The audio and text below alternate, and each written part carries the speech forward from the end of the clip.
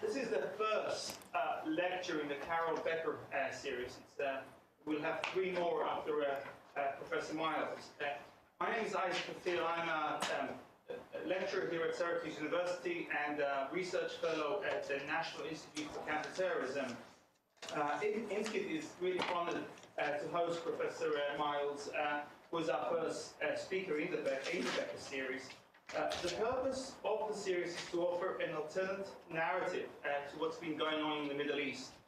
And Professor Miles will be addressing the question of, is there another way to frame the Israeli connection to the land and how that may facilitate the peace process. Let me say a few words about Professor Miles now. He has a distinguished career, a very, very long CV. Professor Miles is a professor of political science and a former Stotsky professor of Jewish historical and cultural studies at Northeastern University in Boston. He's written 9 books, including Zion in the Desert, American Jews in Israel's Reform Kibbutzim, which was a 2007 National Jewish Book Award finalist.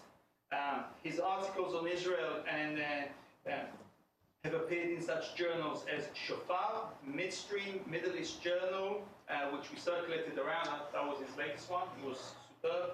Israel's Affair, Journal of Holocaust Education, and the Journal of Modern Jewish Studies. He's a recipient of 5 Fulbright Research Awards. He's also a past winner of the National Bible Contest for North America, and he's also a former Peace Corps. And the proud father of a Peace Corps. Thank you very much, Professor Miles.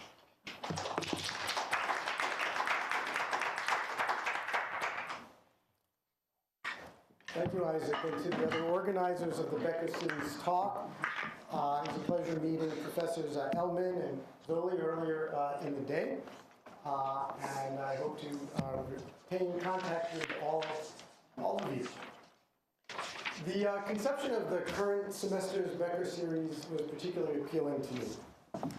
As you know, it's entitled Contemplating Alternative Israeli Narratives for Purposes of Peace. Alternative Narratives for Peace.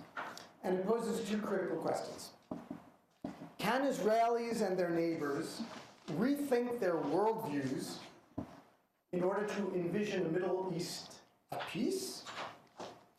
And second, as Isaac said, is there a way to reframe Israelis' connection to the land that would facilitate that peace process? So before I go into the core of my reflections, I thought it would be helpful if I provided a little more background about myself beyond the kind introduction that Dr. Kafir gave, to give you a little more context that I bring to my analysis. So I spent my first sabbatical research leave and my most recent sabbatical research leave in Israel. The first one was in Jerusalem at Hebrew University, and the most recent one was at Beersheba at Ben Gurion University. So the first sabbatical occurred not long after the Oslo Accords were signed, and it was a very peaceful time. We're talking about 1993, 1994, very hopeful time in Israeli-Palestinian relations.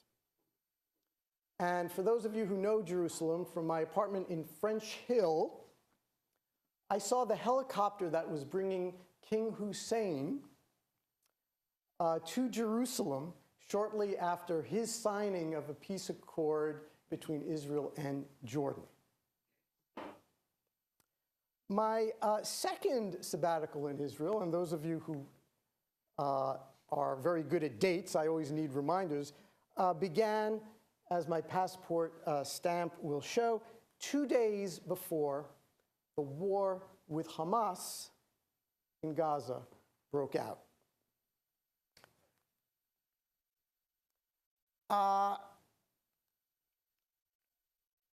And this is the context during which I started my my research.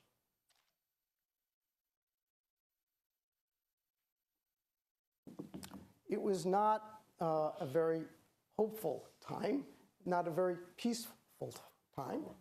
And it was the very first time that missiles launched from Gaza ever hit Beersheba, where I was staying. So here's the Gaza Strip, from which Israel had recently evacuated a year or two before.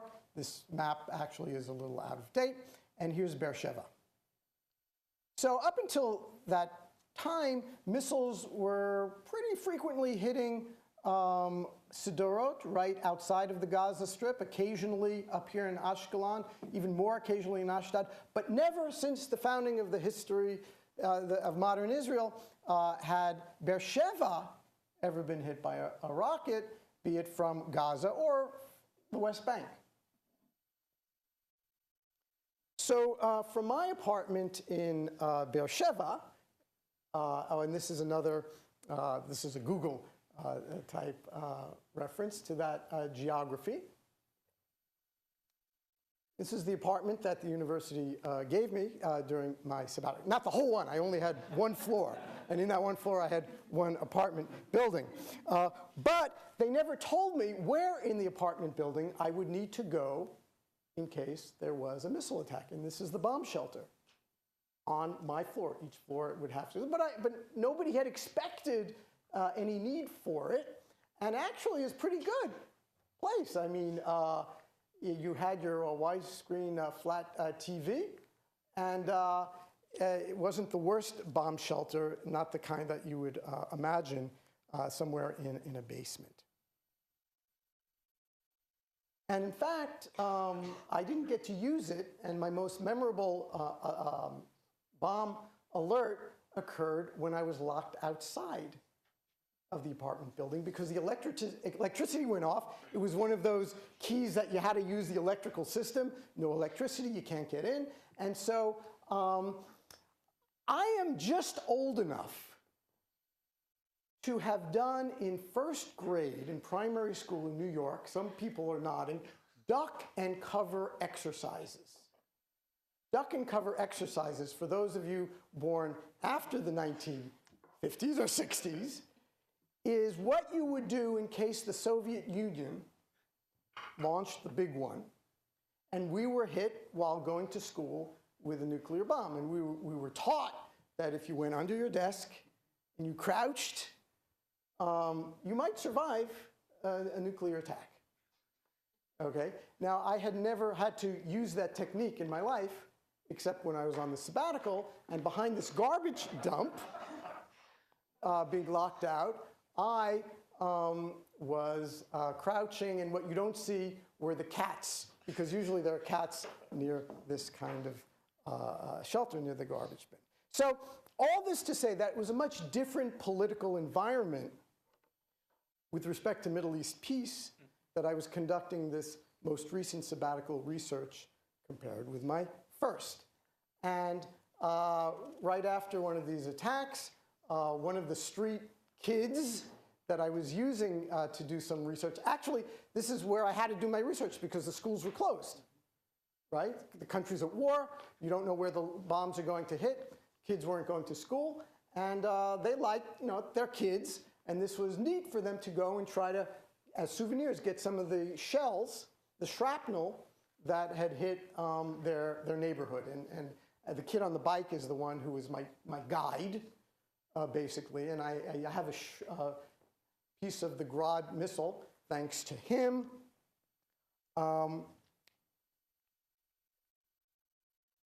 As he's inspecting for me. So, as I said, it was not a peaceful time, but it did have this virtue, doing research during the war. It reinforced the notion of the multiple and mutable meaning of borders. And that's what I was studying, borders. I published 2 essays on that experience. Click. This one in the Chronicle of Higher Education about what it's like doing sabbatical while under rocket attack. And the other one, and this is the one that some of you have seen that was circulated about the research itself. So I just want to read 3 sentences from this article that makes my point about the multiple, mutable, and now I'll add, mental nature of borders and their meanings. Nothing concentrates the mind on border proximity like incoming rocket fire from across a nearby boundary. The encompassing of Beersheba within firing range of Gaza highlights the relativity of the notion of border communities and its relationship to security studies. The unprecedented use of longer-range Grad rockets has conceptually moved Beersheba closer to the border with Gaza. So I maintain that each of us, in our heads, carries a certain set of maps. These mental maps reflect our experiences, our values, our aspirations. And these maps, these mental maps that we carry in our head, help reflect our sense of being and where we belong on this earth. The mental maps frame our connection to the land where we live, our relationship to the land and the peoples next to the land on which we live. And the mental maps frame literally our worldviews. They frame in a very deep, but sometimes subconscious way, who we are. Now, your mental map and my mental map, even the mental map of my brother and myself, will differ.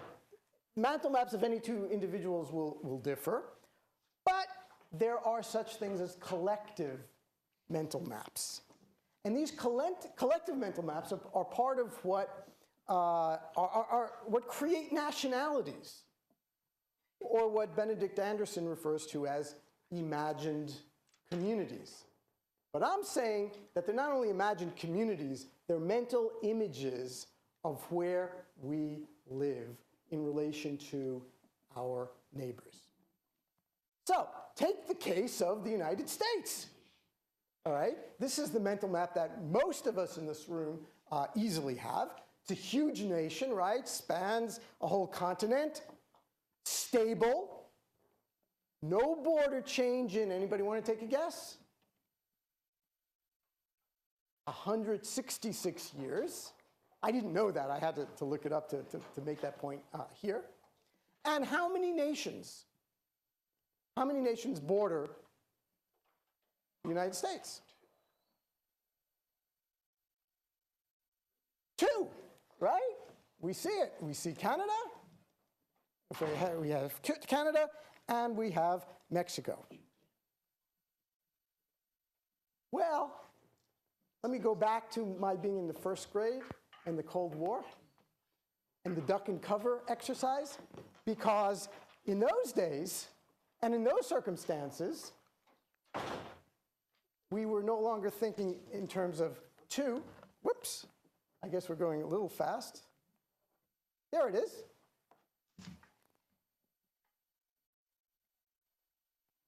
What's over here? Russia. Soviet Union at the time. You know, so the mental maps that we have even of the United States shift over time on a kind of political context. When I was in 1st grade and getting my mental map ingrained, the proximity to the Soviet Union was much more present than it is with us today. In the United States, which has no longer the green meanie above us. That's how we think in terms of geography in grammar school. So that's the simple case of the United States, where it's not all that evident what our mental map is. So now let's shift back to the Middle East. Now, you'll have seen a lot of slides and a slew of maps, and you're going to see more. But there are only two, really, that I hope that you walk away from this inaugural Spring 2012 Becker Series presentation in your head. If you don't remember anything else, just add these two to the repertoire of the mental maps, because I think they reflect the fundamental psychological barrier to peace between Israel and her neighbors. And as such, these two mental maps hold also the key to the possibility of making peace possible.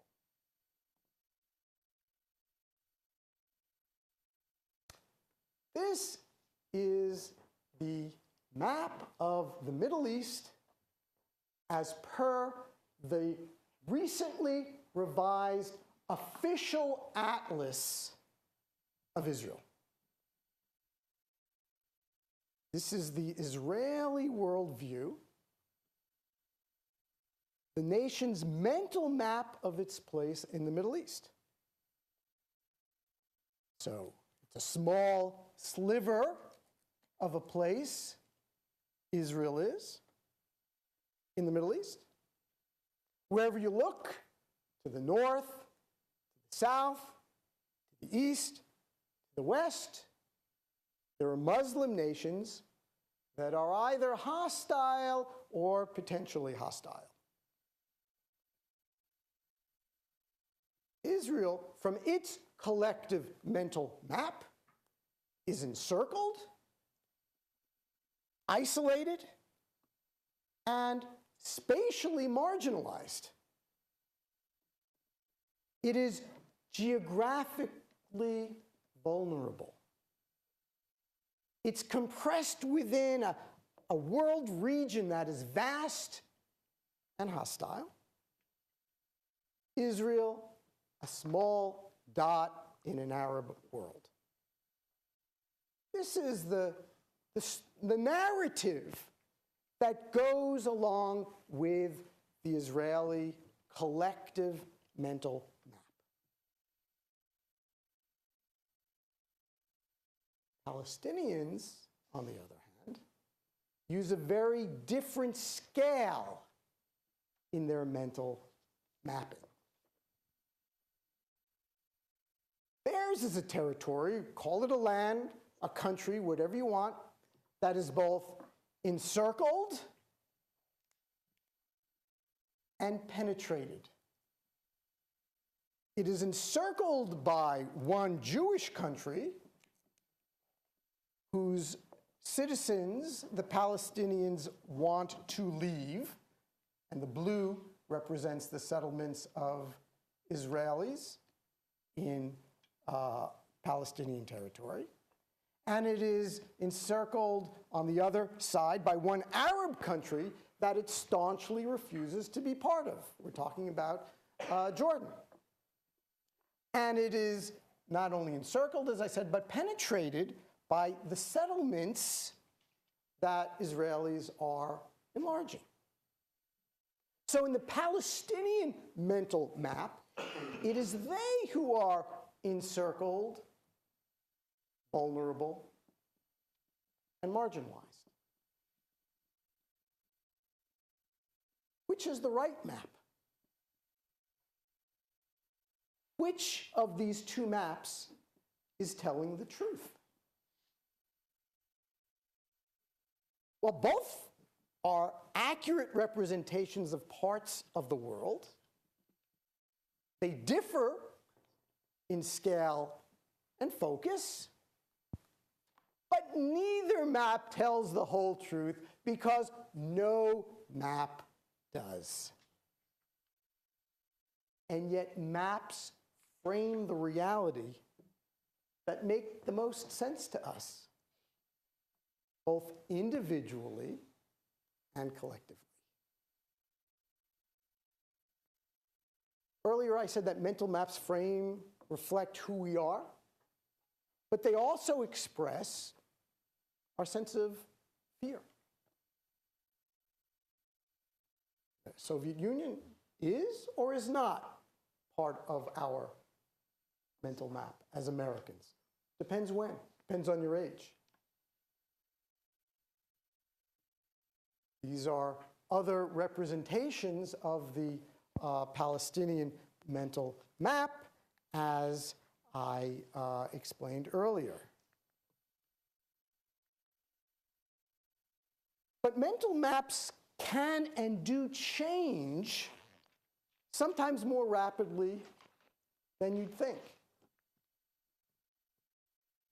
Because maps are part of teaching. And the most impressionable time of learning is when you're a kid in primary school, and that's when you're introduced to the whole concept and the use of maps in the first place. That's when people are most impressionable, and that's when the mental maps start getting imprinted in you.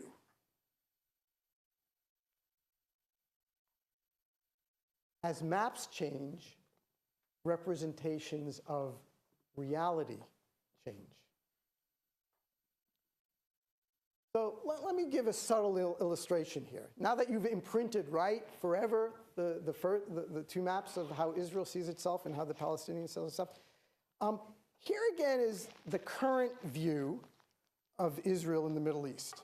And that official map, revised 2008. Okay? So try to, I don't have a split screen option here, but look at this in your short-term memory and compare it to the map of the Middle East in the previous edition of Israel's official atlas, the one that this one replaced.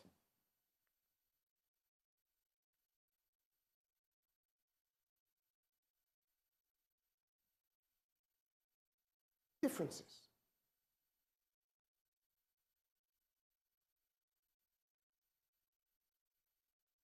What differences between, I can go back, between this,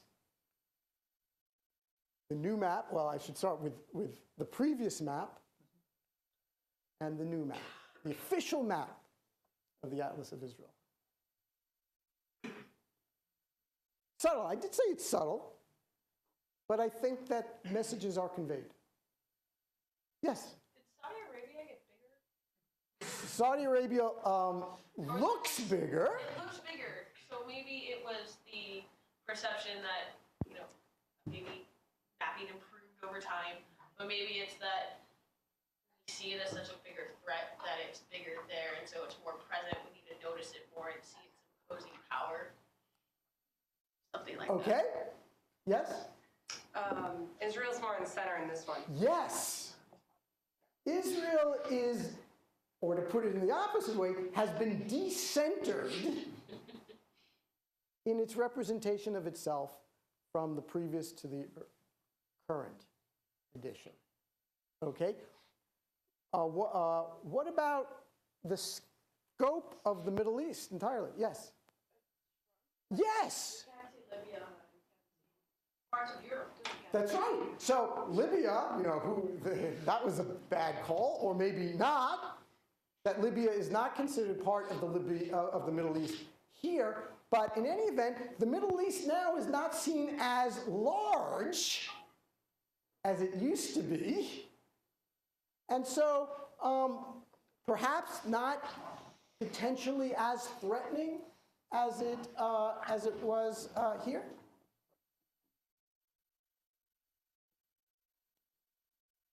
The previous Atlas of Israel begins like this.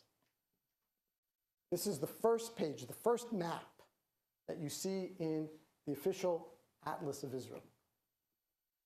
Message conveyed?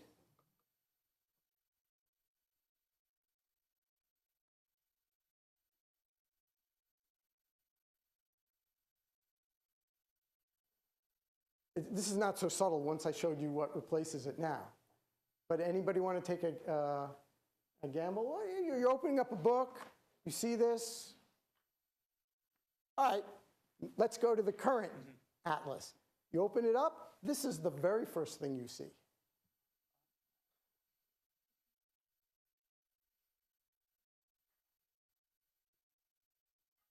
So what message, what different kind of message is being conveyed?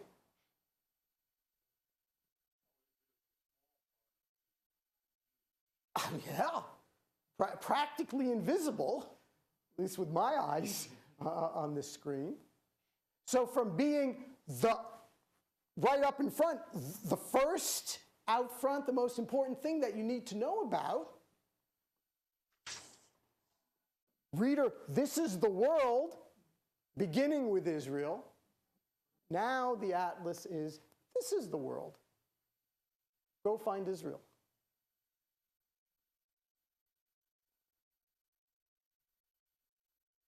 Now, not all Israelis agree with the message that is being conveyed by the Atlas edition. This is the map taken from the most recent geography textbook of the Middle East itself.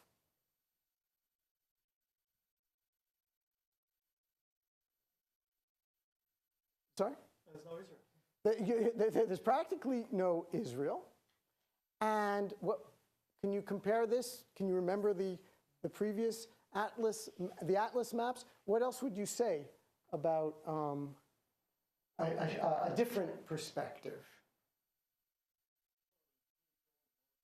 Yeah, it includes all of North Africa. And Asia, right? Okay. So Israel here is even more invisible, even more surrounded, and later on I'll reveal who is the editor or the publisher of this book, because he is a very controversial figure in Israeli politics, security studies, and education. So there are politics that are being contested in the different textbooks that are put out within Israel. So the specific research that I was doing during this most recent sabbatical and the article that has been distributed, it tracks the changes in presentations of Israel's size and its shape. Now I'm getting to the shape in its textbooks. So, like I did with the Atlas, the research consisted not only of examining the most recent edition of the geography textbook on Israel and comparing it with the most recent one, but I also, and this was more challenging, tracked down where the textbooks are produced and who is producing them.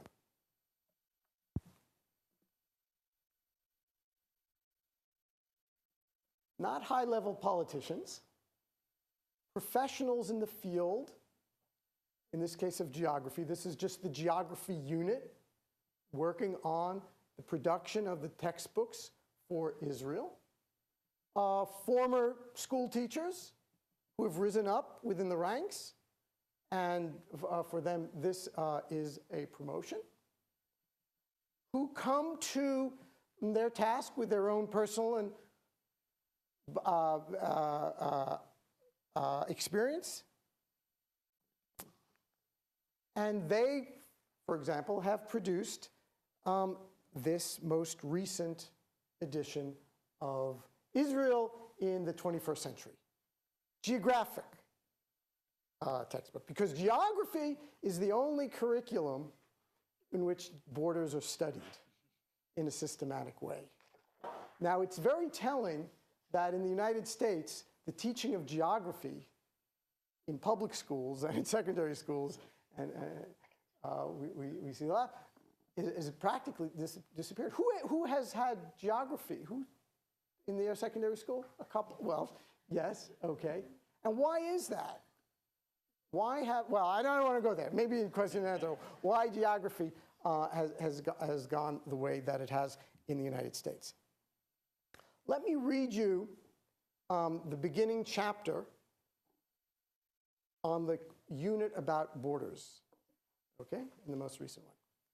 The land of Israel is the homeland of the Jewish people from which it was exiled and whose soul was preserved for 2,000 years.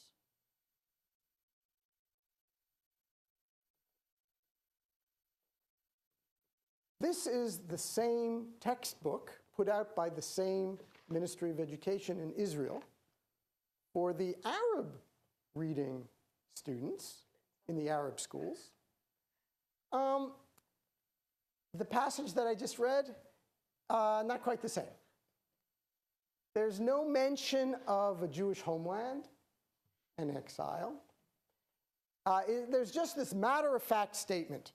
Israel is considered a young country. It was declared the national state for the Jewish people in 1948. So the narrative that goes with the map, with the mental map, the collective mental map, differs.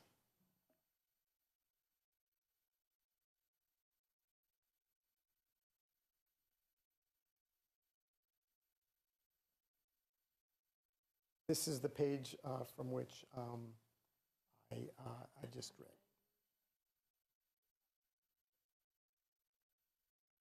So in the 2002 edition of the geography text, which you're looking at now, the map shows Israel and the limits of the Palestinian territories. That's what's in the legend here. Israel and the limits of the Palestinian territories. That's what we're talking about here. They're not called boundaries. They're not boundaries. They're not called borders. There is reference, by the way, between Lebanon, Syria, and Jordan to established and provisional boundaries. That's the language that's being used in 2002. So with the states with which it borders, there are established and provisional boundaries, and with the Palestinian territories, there are limits. This is the new edition. Okay, 2009 is the most recent curriculum and the textbook, which shows prominently, unlike the previous edition, the so-called green line, that is the line of separation between Israel and the West Bank from 1967 on. And it also shows, yes?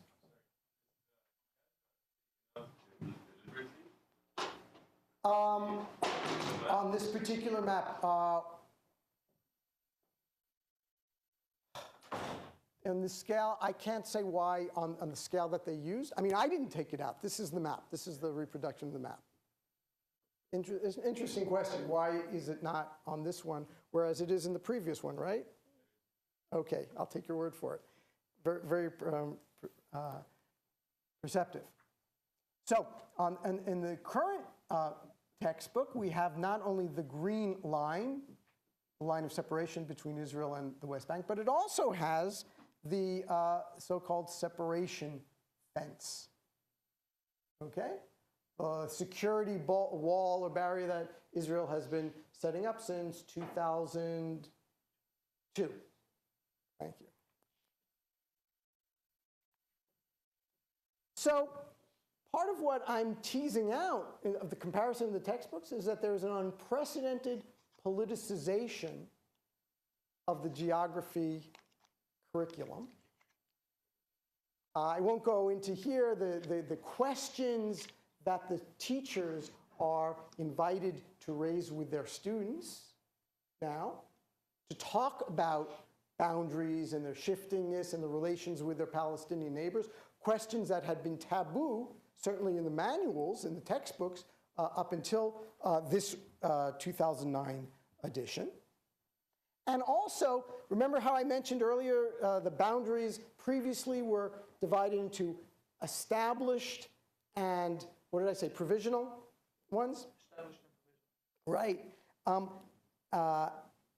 now there's a new distinction which is being made between recognized boundaries and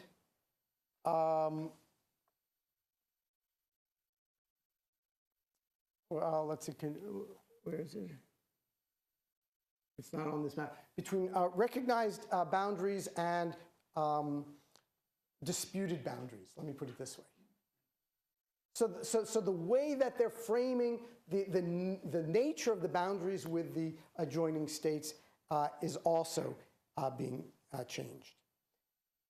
In other words, all these changes, both from the textbooks and the atlas that I was talking about earlier, point to a liberalization in the depiction of Israel, especially to young people, young Israelis, vis-a-vis other nations. A liberalization in the literal depiction on the map of Israel vis-a-vis other nations. So this brings us back to the question of borders, how they're taught, their meaning, their psychology, and even, and maybe I'll get at this later if you're interested, even their theology.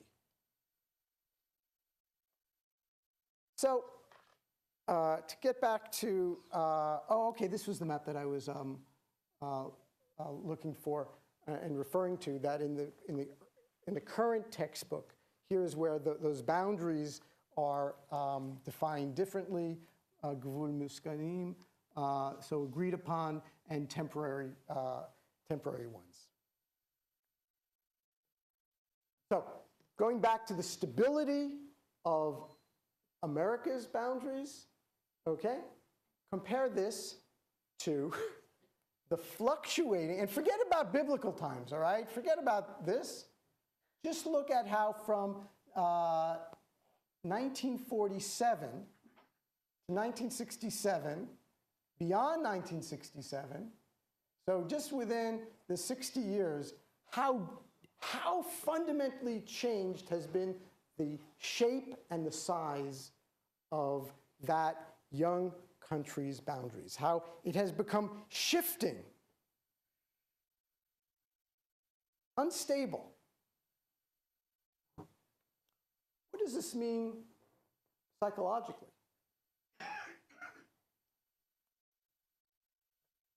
Another quote. This is from Avner Falk. And he's not writing about the Middle East. I don't even know if he studies the Middle East at all. This is in general terms, psychology and geography. The fear of loss of boundaries is equivalent to the fear of loss of the self and non-being. The emotional meaning of one's country's borders unconsciously is fused with that of one's own boundaries. To give up territory is to some a great narcissistic loss and injury. Boundary. Border. Gvul. That's the term in Hebrew. And there is an idiomatic expression in Hebrew that goes in gvul. There's no limit. Okay? And this is used to convey the open-endedness or infinite possibility associated with a situation or with a person. In gvul. There's no boundary, there's no border, there's no limit. And I think that this idiomatic expression used to talk about interpersonal relationships, it aptly captures the state of Israel's real borders. They're not a closed matter, but rather provisional demarcations that have been subject over the course of Israel's modern Israel's short history, to periodic change, correction, readjustment, some even call it repair. And my hypothesis is that there's something in the Israeli character instilled in youth and reinforced in school, which carries within it a chronic ambiguity regarding the very size, shape, and extent of their country. And I also suggest that this ambiguity, this uncertainty carries over into relations with the other as a person and with the other states.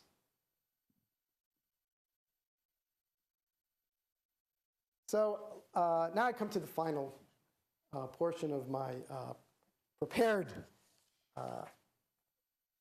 presentation. So, yes? This one here, the yellow is the Arab state. So this is the portion of what is today, what became Israel in 1948, that the United Nations had voted to cede to Palestine. But it was not accepted, and the war broke out, what Israel calls the War of Independence, what the Palestinians call al-Nakba, the catastrophe. This is what Israel looked like as a result of that war, 1948, and this is what Israel looked like as a result of the 1967 war, after agreement between that Jimmy Carter hosted with Begin and Sadat. Sinai Desert was returned to Egypt, but Israel retained and retains today what is called the West Bank and the Golan Heights, and Gaza, as I mentioned earlier, was ceded back, well, to whom? To the Palestinian Authority in 2005. Thank you. So, as I said earlier, the purpose of the Becker series this semester is to explore ways to address the, quote, seemingly inescapable narrative of conflict between Israel and its neighbors, unquote. From my geographic, cum pedagogic, cum cartographic perspective, maps are a tool that can do that. Oral narratives explain, but they can also enrage. Maps provide a more comforting illusion of objectivity. They are visual narratives that literally convey world views, but in a less emotionally confrontational and threatening way. Young Arabs, and I mean Palestinians as well as Syrians, Egyptians, Lebanese, etc., need to be exposed to the mental maps that Israelis carry in their head. The maps according to which Israel is a small and threatened mini-state, right? That map number one that I said, keep in your repertoire. And young Israelis need to see the state of Israel the way that young Palestinians do, as the big kid on their block, sometimes a tough kid that has been controlling more and more of their neighborhood.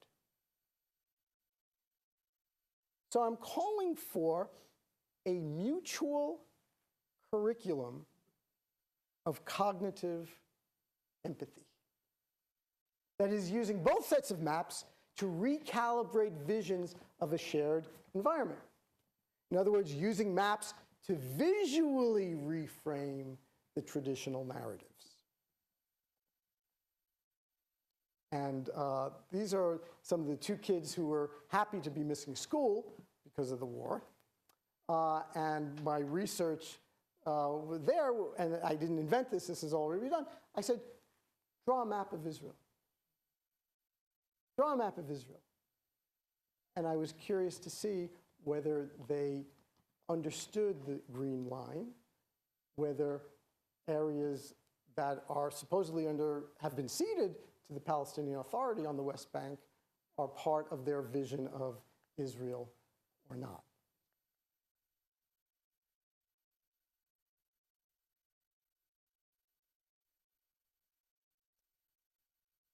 So this note goes to the grammarians in the audience, and grammarians are probably even smaller number than those who have studied geography. Okay, so in my subtitle, okay, I'm using this word evolving deliberately as both a transitive as well as an intransitive verb. In other words, my position is not only that Israeli perceptions of their borders are evolving, but that we should work towards actively evolving those Israeli perceptions of their borders. Sharing mental maps will not by itself create peace. But it might expand minds, if not change them, and expand those minds spatially, pedagogically, and above all, peaceably. So that's where I'll stop.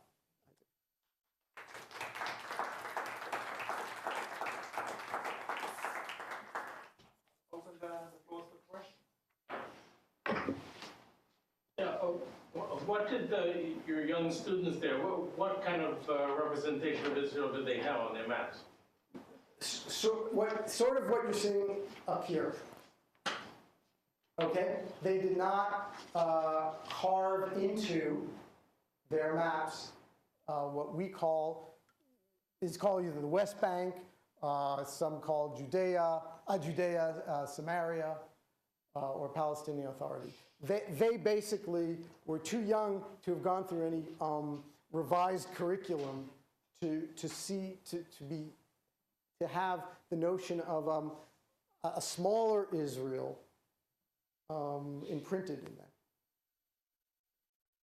Yes? I just have a technical question. You showed a book that had the title in Hebrew, and then you showed the one in Arabic. Yes. So Arab-Israeli study in different schools? Okay, so this is the thing. Israelis, including Jews, Christians, and Druze, which is a small minority in Israel, they have the choice between 4 school systems. One is, the biggest one is the normal public one.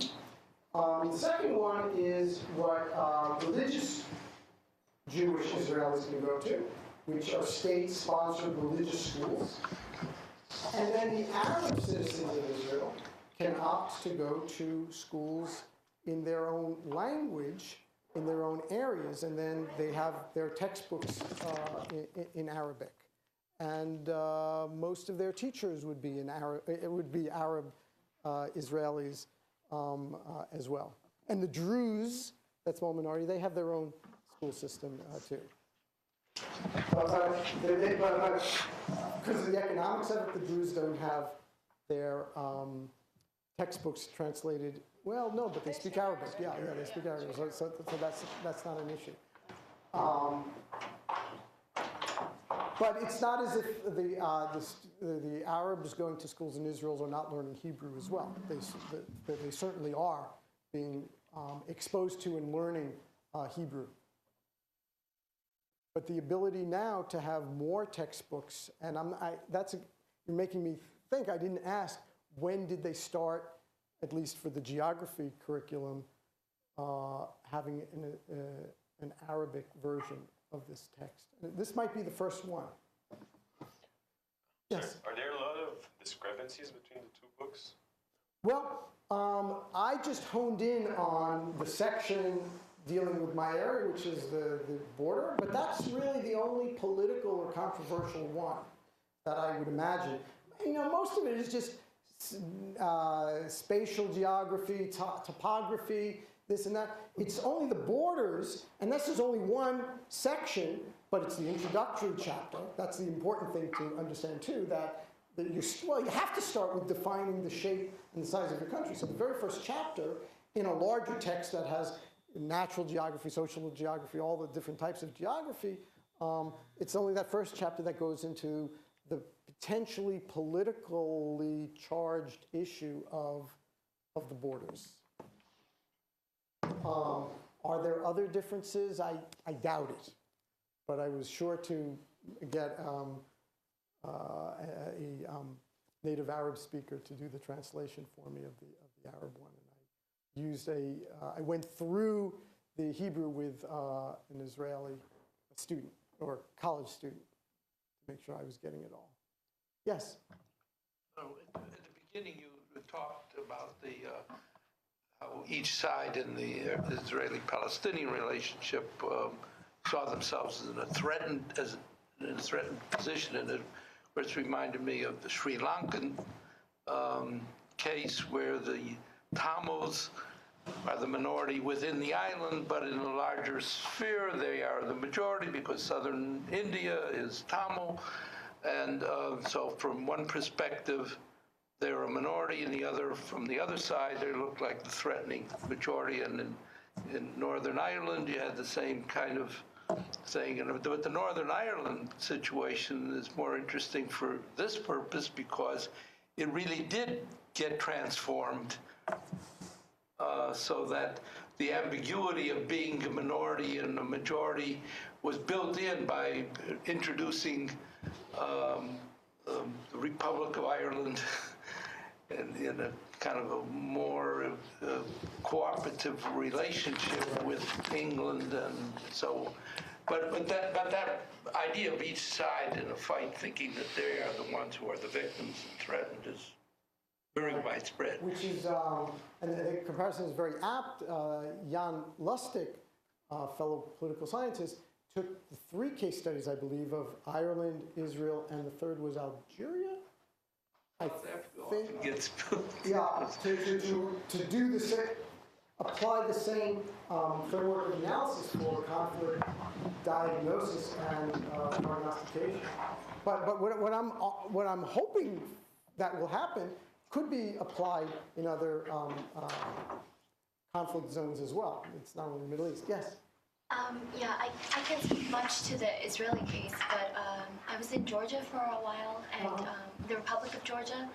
And what was really interesting to me was seeing commercials by cell phone carriers, because they often had to, show where they have coverage in the country. And so when it came to Abkhazia and South Ossetia, they would shade it kind of differently, but they still showed Georgia as it had been, before the wars. But apparently in some textbook, maybe written by a Westerner, some kind of atlas or something, a lot of people were just talking about it. Somebody had drawn Georgia without Abkhazia or South Ossetia, and the whole shape of the country changed entirely. And everybody, I would talk to people and they would be like, that hurts us. Like, I feel that inside of me, like to know the shape of your country and to feel it change like that. It's really painful. It's like a appendage coming off, but at the same time, you see, because cell phone carriers and these kind of commercials come on all the time that have a picture of Georgia, and they always just shade it. And I think you just shading it out, it's still there, but people are starting to accept the fact that also that it's going to be very difficult to get these territories back. And even some politicians like the former president of the country, Shofar, he himself had said things like, what if we just started thinking about, if we didn't get that back, what if we just let's start talking about it. Let's have that dialogue. So it's just really interesting to hear this talk, and for me personally, I think in other countries it's really interesting to think about maps and how they affect people.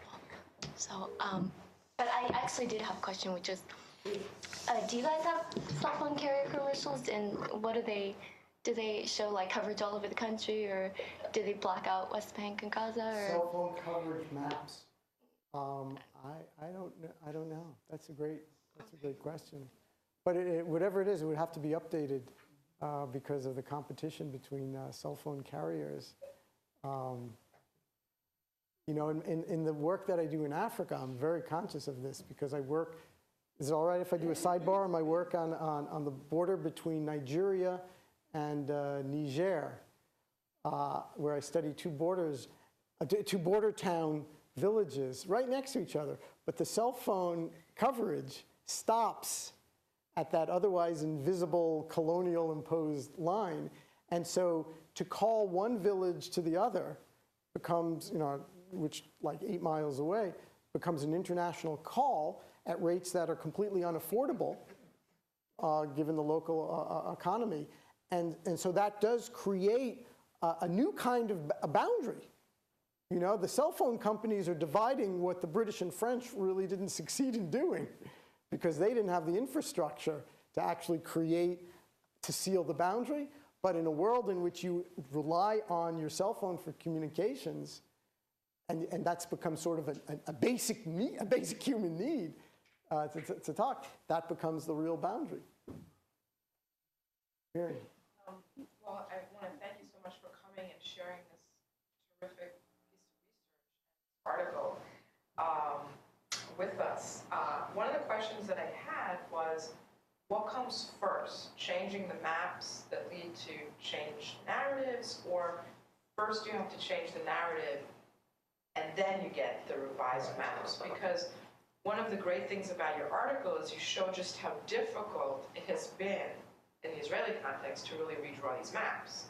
Each time somebody in the Department of Education proposes it, there's backlash from the Knesset, there's backlash from the rabbis, and so I guess the larger question there is, how do you do this within democratizing space? Because Palestine is democratizing. Israel has a very, free-for-all, vibrant democracy where anybody's view gets to be part of the discourse. And if these were authoritarian places, you could have some enlightened leader plunk down a new set of maps and say, this is what everybody's studying from kindergarten on, and that narratives change pretty quickly that way. But in these societies where Hamas can present maps in its training programs where there isn't even any Israel at all, right, to the rabbinic schools where there isn't any Palestine at all, and they all have the capacity to do that because this is democracies, right? I'm thinking that maybe what you need to have first is the narratives have to change. How, I don't know. And then you'll get a revision of the curriculum and the maps. Okay, so I was in total agreement with you up until the end. Because my point is that narratives are much more difficult to be accepted. The alternative narrative, because of all the baggage, the emotion, the psychology, the security, the fear. Yeah. But I think maps, it's harder to yell at a map than it is to yell at somebody expressing the counter narrative. Whether that person is a member of another ethnic group, or the enemy, quote unquote, or somebody of your own in-group with whom you vociferously disagree. So nobody's asked me the question. There are two questions that I'm hoping somebody would ask, but they haven't. So I'll ask it. Is that okay? Sure. So Professor Miles, you presented the Israeli perspective. Why haven't you said anything about how the Palestinians really would view what you have said?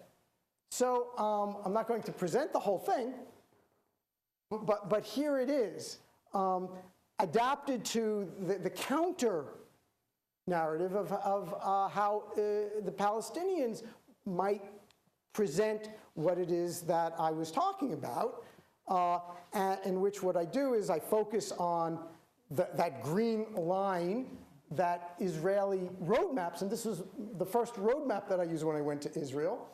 and then compared it to the roadmap I bought when I was most recently there, in which you no longer see the difference between the Israeli and the Palestinian territories, and focus more on what the separation barrier has done, and share the images of that physical separation, and show my touristic picture of part of the barrier as it's going up, and then talk about the alternative tours that can be given. And this is, I went on an alternative tour, somebody who was taking a very leftist approach to what's going on, and she's taking me to areas that are separated by the fence itself, being very critical of it. I think there's a delay in this. Showing the checkpoints. Remember, this is not a boundary. This is not an international boundary. This is just the limits of the territory, to use the language from the Israeli textbook map. People who are Palestinians, who are obviously directly impacted economically by having to go through this non-border, I reiterate, and how they're actually, I mean, you see a sign like this, and this is not a border? It's not, technically.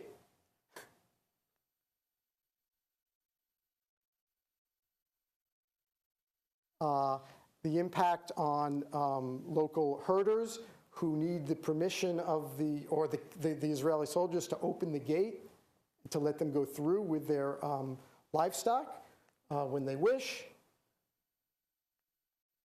And then going to an Arab village in Israel, which was reunified as a result of the 1967 war. Everybody thinks about Jerusalem, but there are large areas, and this is the border, the previous border between, and this was an Arab geography teacher who took me to his home village, showing me where the border used to be between Israel and his, and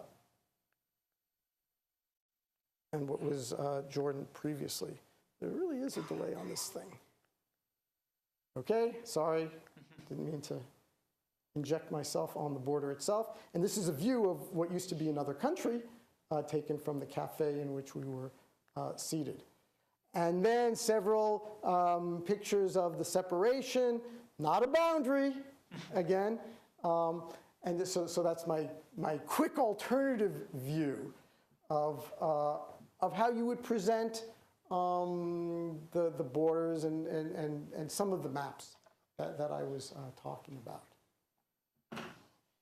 Yes? You proposed at the end of your presentation, not this one, but your presentation, like a broad curriculum between all the Eastern states that would highlight borders, but I think that would cause huge ideological problems.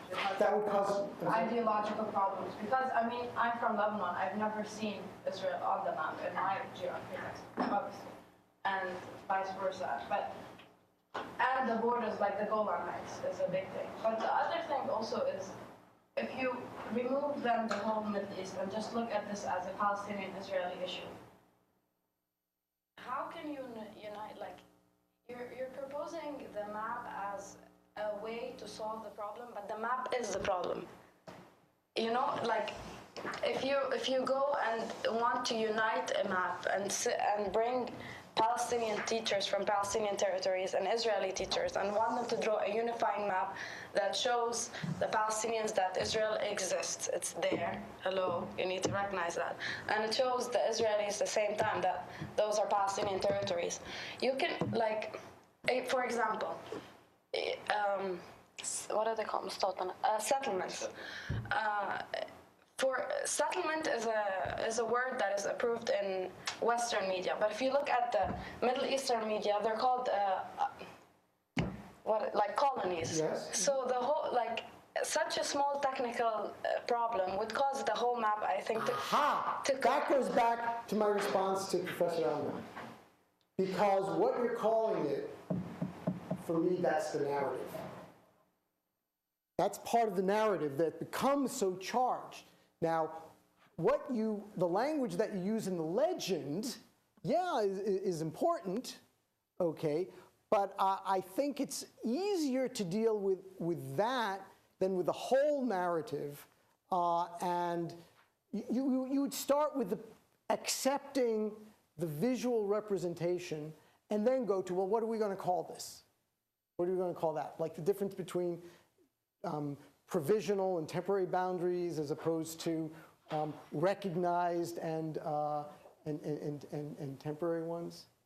Okay, so I see, it's not easy, and there will be objections, but it's a tool. I see it as a tool to get there and to be able, again, to discuss and disagree with the visual representation, rather than dealing directly with the viewpoint or with the other. I just have one more question. What did you study at all the capital, like Jerusalem? What the site does on maps? How is it like? Is it represented as divided? Is it represented as no? This is the capital of Israel. No, this is the capital of Palestine. Like. Because it's such an interesting city. Right. So I published another article, sort of for a journal on tourism, actually, on the different ways that tourists who are just coming, who have no background or interest, who aren't students of the Middle East or something, but are just there because they're on holiday or whatever, how they get introduced to Jerusalem based on whether they're getting the standard Israeli narrative of Jerusalem and its reunification, as best embodied by a museum once called the Turgeman Museum, which was at a checkpoint between Jordanian and Israeli-held Jerusalem. And now it was one museum to talk about the reunification. That, as opposed to the alternative tour that I was given, that highlights the de facto separation of the two. So that's as close as I got to doing what you're asking, sort of a micro level analysis of Jerusalem itself. I want to thank Professor Miles for coming, and I want to thank you all for coming, and enjoy your day. Thank you.